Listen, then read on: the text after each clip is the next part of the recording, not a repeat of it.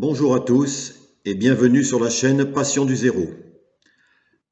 Aujourd'hui, une nouvelle présentation de matériel. Alors non pas un engin de traction, mais un matériel tracté. Il faut bien de temps en temps aussi présenter des wagons de marchandises ou des voitures voyageurs pour nous créer de belles rames. Ici, nous allons voir dans la gamme R37 Prestige Collection une voiture UIC, deuxième classe fourgon bagage. Alors cette gamme a été créée par la société R37 dans le but de promouvoir une série de voitures UIC. Malheureusement, cette série n'aura pas de suite, le fabricant ayant décidé d'arrêter la fabrication, sûrement à cause d'un doublon avec la société MJL à l'époque. Et si je fais cette vidéo aujourd'hui, alors c'est déjà pour vous présenter ce matériel, mais aussi pour vous dire qu'actuellement, il est soldé par rapport au prix d'origine. Il est vendu plus de 2 fois moins cher. Les derniers exemplaires se trouvent actuellement sur le site R37 à 500 €, alors qu'ils étaient à plus de 1000 € au départ. Alors là, nous avons affaire à une voiture époque 4A, mise en service dans les années 70 à 73. Donc une voiture, comme vous le voyez, gris alu et vert garrigue 302, avec les marquages SNCF en jaune.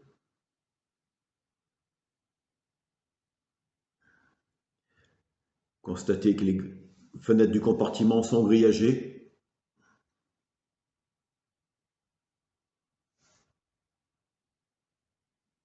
Et dans la partie voyageur, on voit ici un rideau. Alors cette machine a comme caractéristique une fabrication en laiton, bronze et acier. Alors je peux dire que c'est du lourd, car elle pèse sur la balance 2,660 kg. C'est d'ailleurs le matériel le plus lourd de ma collection. Les tampons sont à ressort. L'attelage à vis est fonctionnel. Il y a même une interface caddie. Les essieux sont brunis Finscal sur roulement à billes. Et le rayon d'inscription en courbe est de 1,60 m, ce qui est quand même correct. Les portes latérales sont ouvrantes, ainsi que les passerelles d'intercirculation qui sont mobiles. Les conduits d'air et les câbleaux sont en caoutchouc. Les soufflets également, ici, sont en caoutchouc. Il y a de nombreux détails à l'intérieur, mais on verra ça tout à l'heure quand je la mettrai sur les rails avec l'éclairage intérieur. Vous avez notamment les cendriers, les porte-manteaux. Il y a l'éclairage dans les compartiments, dans le couloir et dans le fourgon bagage, ainsi que des feux rouges de fin de convoi. C'est une belle voiture. Les dessous du châssis sont bien détaillés.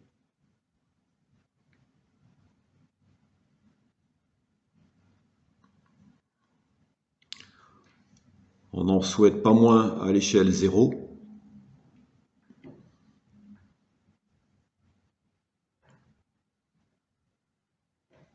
Voilà la machine posée sur les rails. Dès que vous la mettez sur les rails, l'éclairage intérieur s'allume, ainsi que les feux de rouge arrière.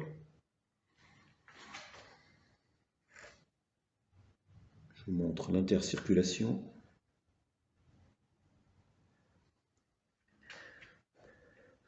On peut détailler l'intérieur des compartiments. Je ne sais pas si ça sera très visible. Il y a du reflet. On voit bien la ligne miroir.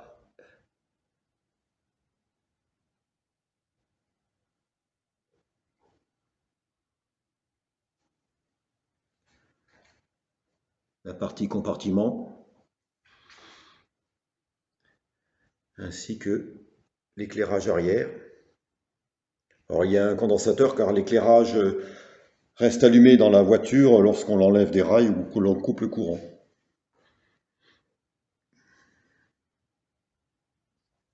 Je vais vous montrer maintenant l'autre face, côté compartiment, côté couloir, pardon. Voici le côté couloir.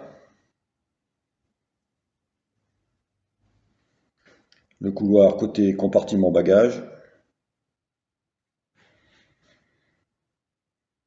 Et côté compartiment voyageur.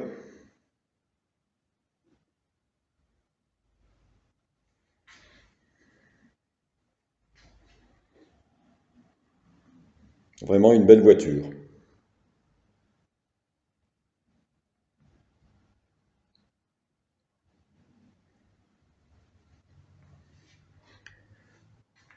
Donc à l'échelle, c'est sûr que ça fait déjà une bonne longueur. Puisque vous voyez, elle fait quasiment la longueur d'un module. Alors voilà maintenant avec quoi je tracte cette voiture UIC. Avec une 63 500. C'est une rame cohérente.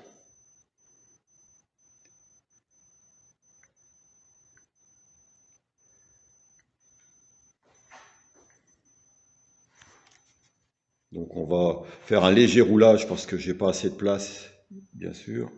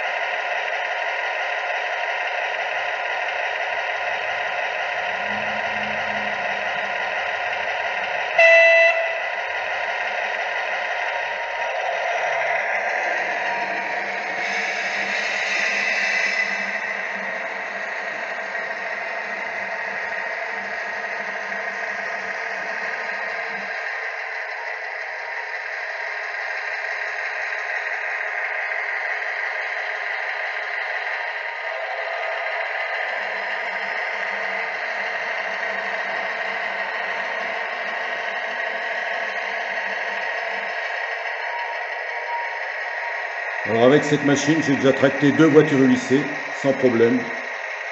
Je ne sais pas combien on pourra en mettre, mais 2 ça va.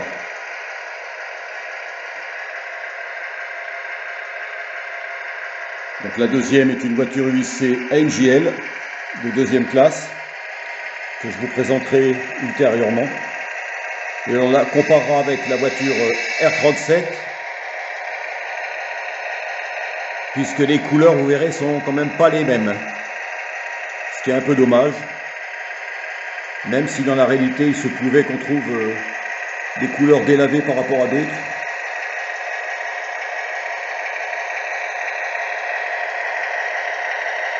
Bon, je vais couper le moteur parce que ça fait un peu de bruit.